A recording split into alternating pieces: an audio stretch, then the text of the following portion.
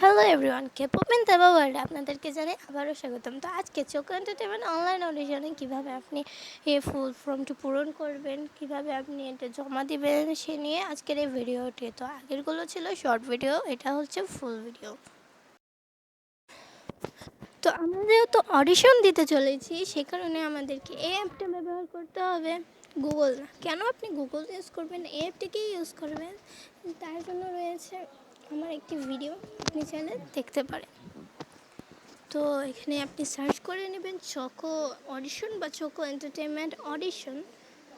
তারপর এখানে চলে আসবে এর ওয়েবসাইটটা। তো এখানে কিছু কোয়েশ্চেন ছিল, আপনি চাইলে এগুলো দেখতে পারেন যে কীভাবে আপনি অডিশন দিতে পারেন। এখানে তারা একটা সিম্পল আকারে দিয়ে দিয়েছে। এখানে দেওয়া আছে যে কারা এর জন্য আবেদন করতে পারে। 12 থেকে 22 বছরের যে কেউ করতে পারে। একটা অল ন্যাশনালিটি অল জেন্ডার দেওয়া আছে।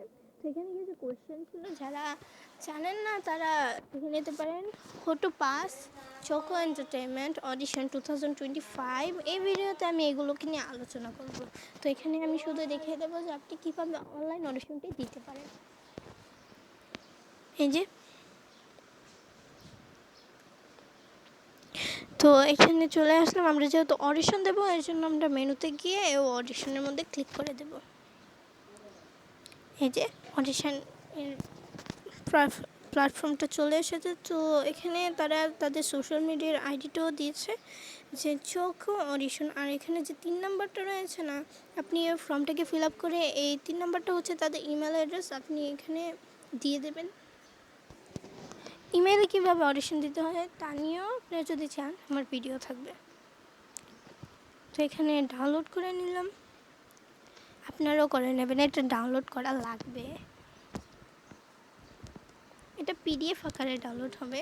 তো এখানে হয়েছে, তারা আমাকে দিয়েছে একটা পিডিএফ, সবাইকে তো এটাই দেবে। তারপর এখানে ক্লিক করে আপনি ডাউনলোড করে নেবেন। এটা ডাউনলোড করা লাগবে। তো এখানে ডাউনলোড করার পরে আপনার যে ড্রাইভ বা ফাইলস অ্যাপটা আছে না, সেখানে ডাউনলোড হবে। এখানে পারমিশন চাচ্ছে যে এটা খুলবো কি না। তো যেহেতু আমরা দেখবো এর জন্য আমরা খোলা লাগবে, এর জন্য আমি পারমিশনটা দিয়ে দিলাম। আপনার পারমিশন দিতে পারেন। তো তারপর এখানে দিয়ে দিলাম। তো আমি এই পিডিএফটার একটা স্ক্রিনশট নিয়ে নিয়েছিলাম। তারপর আমি চলে গেলাম ক্যাপকাটে, যেহেতু আমার এটার মধ্যে তো ফর্মগুলো ফিল আপ করতে হবে, তাই না। এই যে এখানে অ্যাড আসবে, তো আমার মতো বিরক্ত নিয়ে দেখে নিন আর কি, আর কিছু করার নেই। হ্যাঁ, অ্যাড শেষ। তারপর এগুলো আসবে, ক্রস মেরে ডাইরেক্ট চলে যাবেন এই যে ফটো এডিটরের মধ্যে। এই যে আমি এই যে স্ক্রিনশট নিয়েছিলাম, এখানে চলে আসলো। স্ক্রিনশট নিয়েছি এর জন্য এরকম হয়েছে। যাই হোক, আমাদেরগুলো এগুলোর মধ্যে লিখতে হবে। এই যে এখানে আমি কী লিখবো আমি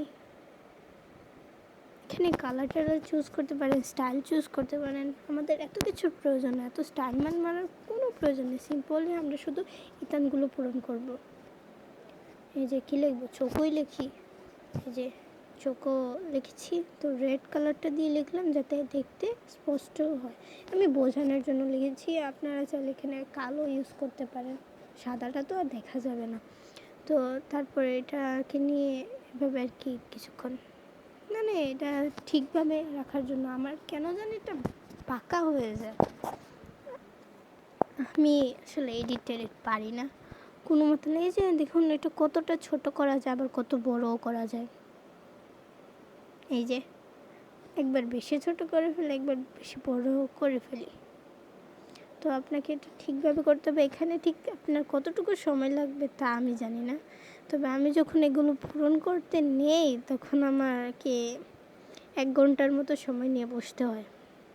আমি পারি না। তো যাই হোক, এখানে এটাকে বসিয়ে দেব ঠিকভাবে। আপনাকে ঠিকভাবে বসাতে হবে। আপনারও যদি আমার মতো বাঁকা হয়ে যায় তাহলে কিছু করার নেই, ঠিকভাবে এটাকে রাখতে হবে। আমি ক্যাপকাটটাকে নামিয়েছিলাম শুধু এই কারণে যে পিডিএফের উপরে লিখতে হবে আমার। এই যে আমি যেখানে বসালাম না, এই যে ফর্মগুলোর মধ্যে যে লেখার জায়গাগুলো দিয়ে রেখেছে না, এই যে এগুলোকে ইতান বলে। তো ইতানের মধ্যে আমি লিখে দিলাম, তারপর চোকো, শেষ। এখানে আমি ডানে দিয়ে দিলাম, শেষ হয়ে গেছে। তো এখানে কিছু সাইজ টাইজ ছিল, আপনারা চাইলে এগুলো শেপ আর কি দিতে পারেন, তবে আমি বলবো যে অডিশনের ক্ষেত্রে এগুলো লাগাবেন না। এই যে আপনাকে শুধু সিম্পলি এটাকে অ্যাটাচ করে দিয়ে দিতে হবে, তারপর এখানে এক্সপোর্টে ক্লিক করবেন, শেষ। এটা লোডিং হয়ে এক্সপোর্ট হয়ে যাবে। ওকে, টাটা, বাই বাই। আশা করি বোঝাতে পেরেছি। এভাবে আপনাকে লিখে ফেলতে হবে, তারপর আপনি আপনার গ্যালারিতে গিয়ে এটাকে আর কি পাঠিয়ে দেবেন।